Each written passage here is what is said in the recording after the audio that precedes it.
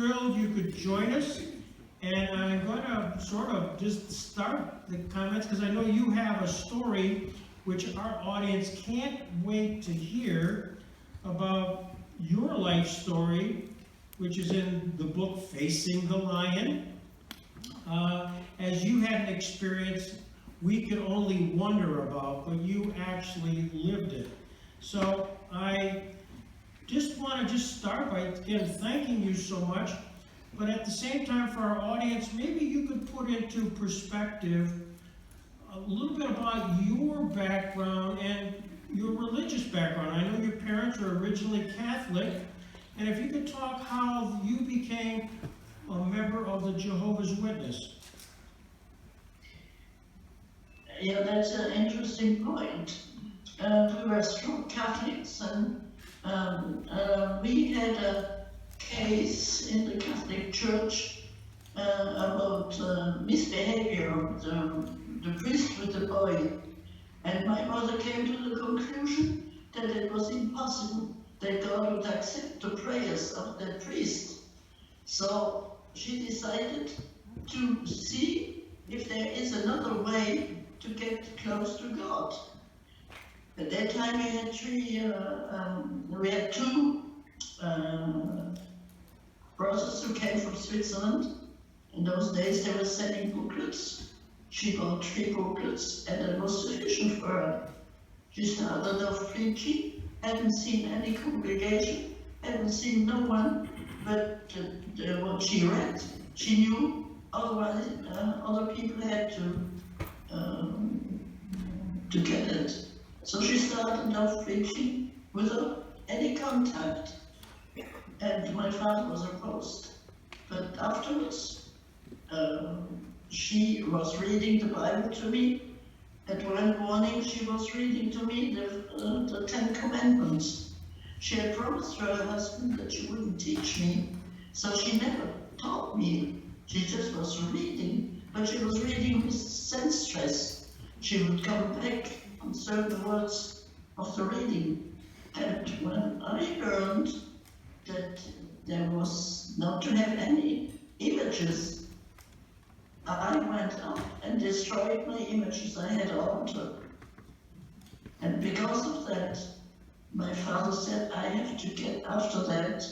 I have to get her out of that religion because her daughter is being influenced. I was 7 years old when that happened. But due to the destruction of my altar, father realized that he had to do something. So he ordered a book, Creation, and in 3 days' time, he said to his wife, you found the truth. So my parents got baptized, that is my father, my mother first in 38, my father in 39, my mother's sister in 40, and me in 41. I was 11 years old. It was the time when the Germans came. During that time period, can you explain a little bit about can you explain the school system that you were part of? Was there a public school system that you attended during your early years?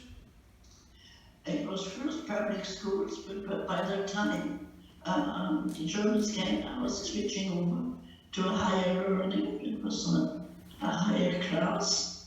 It was another school. But everywhere was the Thai Hitler. When the priest came in the room, when he went out, when we met him in the street, whenever, at least, I would say at least 3 or 4 times a day, we had to face the Thai Hitler. And since it is a visual greeting, you could see if someone was greeting by lifting the arm. I always tried to turn myself so around that there was no in the light of the teacher's side. And that went good for a whole year. In between, my father got arrested because he was known as a witness. And I continued in school, and then suddenly one day I was outside the school, didn't see the teacher, didn't salute, and that was it. Then came the tribes. very hard trials. First in the school, I had to go with a piece of paper from class to class in which it was said that the government cannot give any teaching to anyone who doesn't comply to the rules of the government. And this was a warning, and very little on the bottom. It was said this was to be presented in all classes as Timmerman, and that was a terrible test because each class was supposed to have it. But you know, the Alsatians were not so Nazis, and no one ever reacted because I did not have it. But the city, over the superintendent of the city, came on Saturday, he made a terrible talk about the traitor and the most dirty speech, Nazi speech. I think I would do the same type of words. And he said, the child who recognizes himself has to get up. So I stood up and I didn't give my name. Then I had to go up in front of the class, 45 kids, and he gave the papers there, and he said, if you don't greet, salute, and take the paper, you have to leave the school. And then they said the terrible thing, I give you 5 minutes to think it over. And it was true, 5 minutes. They were standing on the platform with their hand there and the watch. Those 5 minutes were absolutely awful. When I could not speak, I could not talk, I could not pray. I got stiff. I had only one thing in my mind. You want those papers and you won't. You want those papers and you won't. And then when the Heidegger came, I snapped the paper and I went out. And when I came outside, I had a wonderful feeling. I still feel, that was a victory for me. And it was the end of the high school. I entered lower school. In the lower school I got beaten, and that was another kind of director, which are very nasty. And because of that, I had to go to the Gestapo. I had a 1 hour examination by the Gestapo. They wanted to make a traitor out of me, that I would give names of other witnesses. But it's true, I knew everything. I was in underground activities, so I knew all the brotherhood. We were not men. The children really handled the situation wonderfully.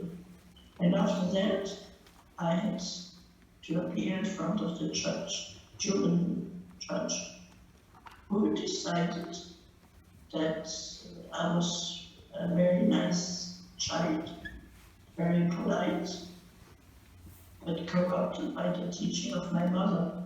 And that's why I had to be taken away and get foster care in another place. So I came in a re-educational home. And that home, there were only Germans, and those kids were all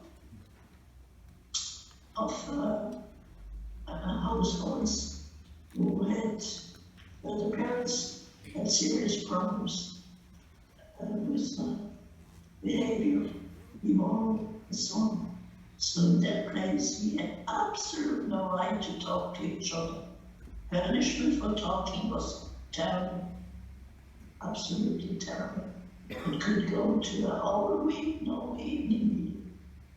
And we had hard work. It was non-stop. But it was quiet. There was never a Heidegger coming up because they said you don't deserve the privilege of hailing Hitler because you are immoral, which was happy for me. It was a good thing. And my worst in the top place was to be a model in all work, in behavior. That was my goal. my mother had said they have to know that Jehovah's Witnesses have a superior teaching, not a moral teaching as they want bankers believe. So my goal was to be very, very strict in everything. I never got punished in conscience in that place. The end of the war, or the end of the situation. In between, my mother was also arrested, so we were all three were arrested. Simone, if I could, just to put into perspective, your mother and father were converted to Jehovah's Witness, they were baptized. What happened to your dad? Was he arrested? Father got arrested at the factory. Unexpectedly, the Gestapo, the secret police, came to his working place. He was drawing a pattern for printing material. They asked him, "Are you Jehovah's Witnesses?" He said, "Yes." He said, "Come along with us." So he had to take a bicycle and go home. The police car behind, so everybody in the street could see that he was getting arrested. But that happened. I was in school and mother was out of the house, so we didn't know anything. At 2 o'clock in the afternoon, they came and had mother on a crossword interrogation, starting from 2 until 5 o'clock, constantly asking after watchtower meetings, other people and names. And I listened. I was in the next room. I listened to that. And that's where I got my teaching for myself. When it happened a year later, I knew my mother had answered, so I could use the same thing. For instance, they would say, "Do you have the watchtower?" She said, "Yes." So they jumped up and said, "Where did you get it from?" Well, she said, "You got it from Switzerland as long as the border was open. No, we don't get it anymore because the border is closed." They couldn't do anything with that. And Winston said, "You have secret meetings." She said, "What secret meetings? What do you mean? Anybody can follow me and come along and see where I go. There's nothing secret in my life." See, this way of answering very calmly, very politely, has given me a big lesson on how to handle the relationship. And there was one thing mother said: when you have to answer, talk right up to the face of your persecutors. See the face, look at them, don't look away, but above their head, see the angels. So you won't be influenced by their mean faces. And they will believe that you look at them, but you see behind the angels, and that's what I did all the time. So your father is arrested and placed in a concentration camp, and there he stayed really until 1945. Is that correct? Did you have any contact with him at all? Were you able to write letters or anything? I had the right to write a letter per year for his anniversary. He had a right to write to me. He could write letters to his sister-in-law, the sister of my mother. She was a maid, and she could get through without too much difficulties. And she would get the letters every 3 months, 12 lines, that's all. And of course, nothing special. But mother was sending him, they could send food packages, and mother would make very thin copies of the watchtower, very on secret paper, roll it together and put it between 2 cookies. that's how father was kept informed of what happened, you know. Brother Frodo died, Brother Noah came. He could get that. Mother wrote him a letter. In the letter she said that the brother is fought, and that means gone in German. The end of the sentence, and then she says, since that man is gone, we prefer the knoch soup. There was some trade with the soup, which came from knoch. And so she only wrote, we love the knoch soup so much. And that's how my father got the connection. It would have died and Knoch was taking over. So during that time period, you were with your mother until 1943, when you were then placed in a re-education house. What was happening at home with your mother? What happened to her after you left to go to the re-education location? Well, there was a lady in the house.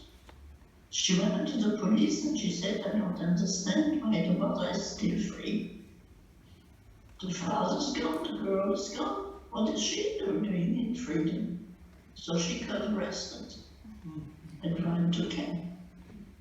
So she was placed in a camp also? Yes, but it was not a regular concentration camp. It was a camp the Nazi opened in Alsace to correct the Alsatian people, to get them on a straight way. But it was similar to a concentration camp.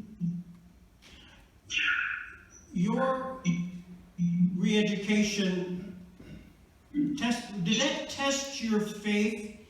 Were you confronted by the parents, the foster parents of the re-education location, to try to dissuade you from your beliefs as a Jehovah's Witness? No. And I think it was due to my mother, because when I was arrested, my mother came along. She insisted. The foster ladies didn't want that, but my mother insisted. And then when we arrived, she was standing there, and the main persons of the place said, what is that lady? And they said, it's the child's mother. So she called her in and she said, I respect a mother who comes and brings herself the kid over here.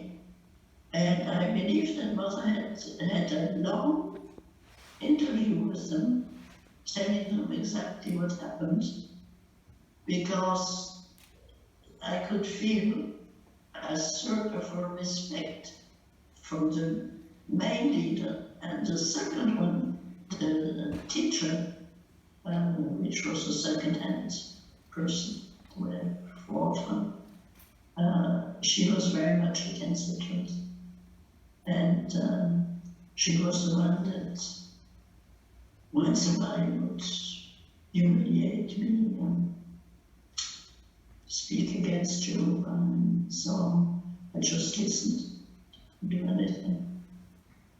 In 1945, there's liberation of Europe. The war ends June 6, 1945, and the concentration camp where your dad was located was liberated in May of 1945. Tell me about the reunion. At some point, your mother and you are connected with your dad. What was that like? Mother had come to the place before I was free. She had to wait until the army would come. As soon as the French army came, they liberated me. We came home, and we learned that father was missing. And on the Red Cross list, my father was considered as being disappeared. It was not death, but disappeared, didn't know. And we thought he was dead. And it took a long time, it took until Pentecost before he came home, to this 50 days after the liberation. And when he came home, he was deaf, he couldn't hear anything. He didn't recognize me because that has been 4 years. And he had terrible nightmares because in the last camp in Ebensee, that's Mauthausen, they had cannibalism. And since he was sick, he could not stand up anymore. He was afraid that they could try to cut something left on him to eat. So when he came home, he had terrible nightmares. We needed doctor care to get him back on his feet. It was not easy. It must have been so difficult for you to see your dad in the condition he was in and hardly recognize you, because you've grown now since the last time he saw you. At least 4 years had lapsed. Yeah, how did you finally get him? Well, let me ask a question. All three of you, your mother, you, your dad, as members of Jehovah's Witness, again, your faith had been tested. What was the lesson you learned through this terrible time period with regards to your faith? Jehovah is a powerful God, and you could feel his approval all the time.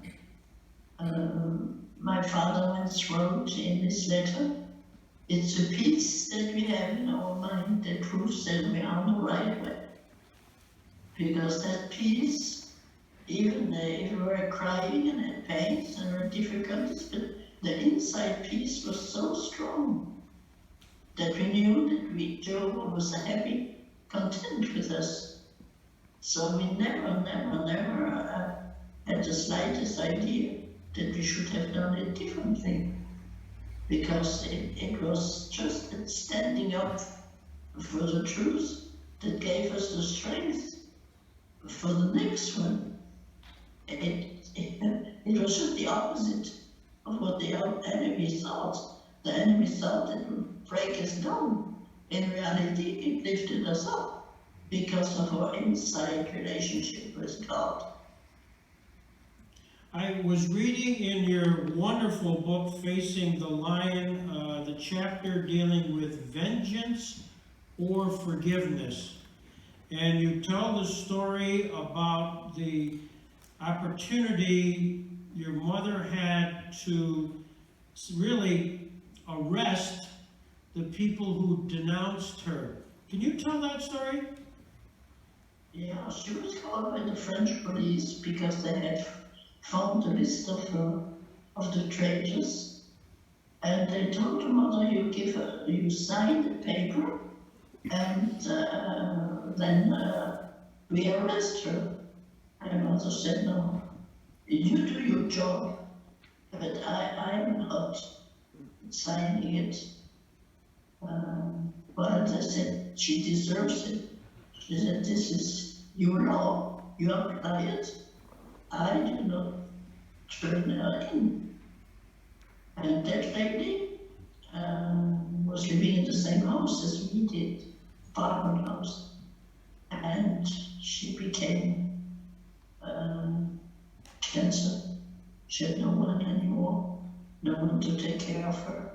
And she was, in those days, cancer was a terrible situation because people would just rot away. Little by little, there was no medicine, nothing. And it's my mother that washed her every day, that brought her food, changed her bed, made her sanitary. I don't know how long she did that, but for quite a period of time. I had a hard hard time to understand why mother was doing this, and she said, a Christian does not retaliate. How do you know that she's really responsible? That she didn't go a wrong way because she didn't know better. It's not on us to judge people. And that became my lesson, you know, all my life. I realized that people do awful things. Doesn't mean that they're mean. They're just misled. And that helped me a lot, because I never suffered when somebody was hurting me. Because I always thought maybe the person doesn't know better. So this lesson has really shown me what it means not to retaliate. Love acts through love and not through retaliation. I'm going to read the passage that's in the book for the audience because it's so powerful how you've written that. And you talk about that gentleman who had once threatened to kill your dad with an axe, and then later on brought fruits to you, and fruit and vegetables from his garden on your table. Why, even your father, who had been threatened with an axe by this gentleman, agreed. And you were constantly amazed at my parents' ability to overcome resentment. They never paid back evil for evil or sought revenge. But the greatest lesson was yet to come. The wife was bedridden with terminal cancer, as you mentioned. In those days, treatment was sparse. A terrible stench came from under her apartment door. She had no help, no family, and no friends. It wasn't an easy task to wash her and change the soiled sheets, yet your mother did it twice a day for months on end. That's an amazing story. As you're here today with a special commemoration of what occurred in the judicial system here in the United States. And I wonder, is there a message that you might have, Simone, we have 3 special guests here, or even a question you might want to ask of Louise or Marie or Judith. Anything that you want to share with them at this point? Because you went through much, but yours was a... Well, I listened to them 3 days ago to some of their expressions at the rehearsal with Julie.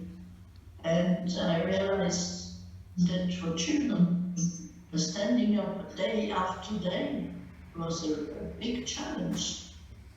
No, what I wonder is how they recall on it. Do they still think of a painful situation? Or do they see that it was a victory for their whole brotherhood? Because it took time to get that freedom back. It was not easy. It took a long time. And for children, it might be hard to grasp how important that is. But due to the exceptional steadfastness of them and their parents, and also the brothers who made schooling for them, that this was possible. It is sure was blessing on theirs and on what they did and what they suffered that brought the freedom for Jehovah's people. And I think they must have been feeding on them during their lives, didn't they? Would any of you like to comment on what she just said? Her comment was essentially you as students were tested with your steadfastness towards your belief, and I'll ask the big Ed, rephrase the question by saying, you know, what was it that kind of kept that long-standing steadfastness? Do you want to start first, Louise? I think the example that was set by the brothers and sisters in Germany during that period bolstered our integrity and our determination, and we benefited by their faith. So I think that it was Jehovah's way of giving us the courage to follow the same example. Marie, do you have that same sense? Yes, of course. And when I listen to Simone and all her that she went through, it makes what I went through seem kind of an important or not nearly as serious as she did. It just makes me feel like she was just so much braver than I was, because she had so much more to suffer than we did here. But I appreciate what they did over there very much. Judith, do you have a sense? Well, I got to meet her and her husband when they were on a book tour in Atlanta, and I got to read the book, and I just thought it was so moving what she went through, and so harsh what she went through, and still persevered no matter what. So yeah, she's had a fabulous example for all of us. So you are an exemplar. Your life is a message to an awful lot of people, and I have a room full of students and members of the public who are here to obtain some knowledge from you. And I know you give lots of presentations. Is there a message, Simone, that you want to make sure that everybody gets a chance to understand? I always stress the fact that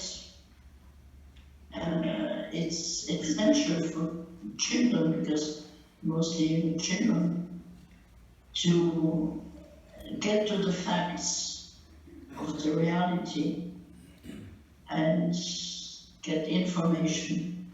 And once they have the information,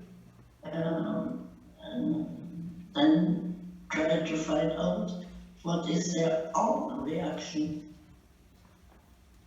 and find out why we had this reaction, because our life was depending on what Jehovah is demanding on us. And usually the children do not follow, especially any religious idea. So when I talk to the children, I really stress the need of getting to know what has true values. They have to study, research, make history, and find out what is their true value. I'm not supposed to teach religion in class, so I turn around. I do not speak about the Bible says and so on and so forth. I go right down to the fact that they grow up now, the children, and they're going to have responsibility, and they need to know what the decision is going to bring out, if it is a good one or a bad one. I am stressing a lot of the necessity of those children who are non-witnesses to find out that what has happened in Germany is not the beginning of the evil. The evil began a long time before. If they make history, they can find out that there was persecution in Europe, terrible. That's why America is made up of European people who escaped because of persecution. And they have to get to it to find out what. It's their responsibility to get this information. Because I'm not speaking to a group of brothers, I'm speaking to outsiders. You conclude your book with the wonderful words of a Marcel Suter, who inscribed in your poetry book, "Hope is the greatest treasure. If a man has lost everything, he still possesses hope." Why did you conclude your book with that phrase? He wrote this especially for me. He wrote this at the moment when he had to present himself to the draft. And he knew that it would mean death. He came home and said goodbye, promised that we will meet in the new world, said stay faithful, and we will come together again, we meet. So this counsel he wrote just before leaving has become my mantra. Yes, hope.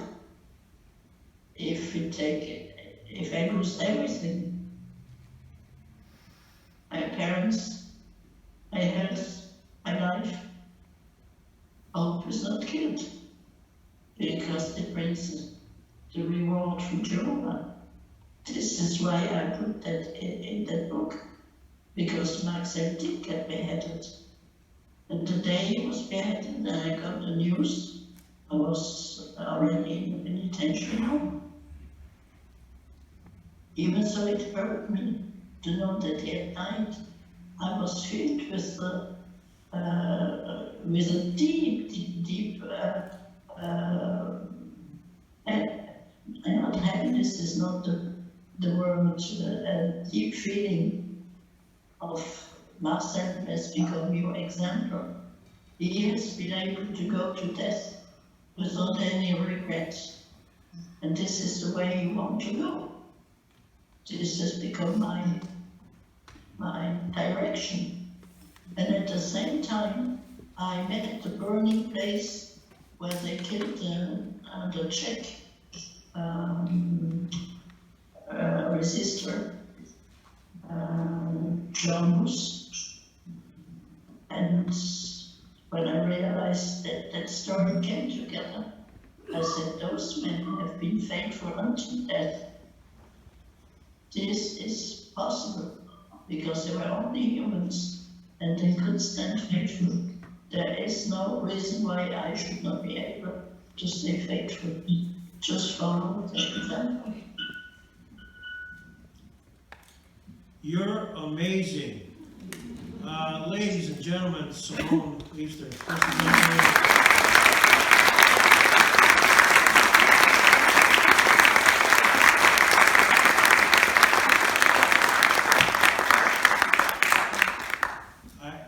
You provided a sense of guidance and tremendous hope for everybody, and what a guiding light. And so I on behalf of all our participants here, they're all thumbs up and thanking you for participating and drawing an appropriate closure to a wonderful event here at the Jackson Center. So again, thank you so much for taking your time.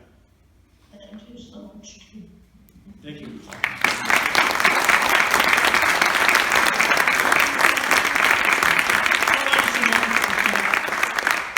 There's the rest of the squad.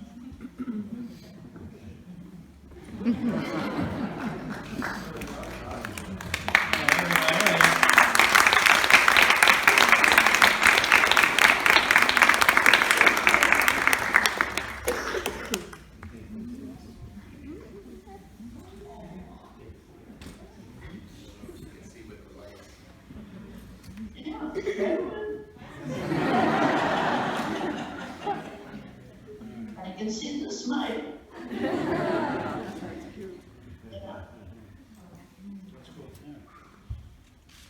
I didn't have a good voice, but that's, my voice was not the best. With that, we're going to draw a closure and really do say goodbye, but with all of our thanks here from the Jackson Center and for a packed house of people who are delighted to hear your story. Thank you for sharing.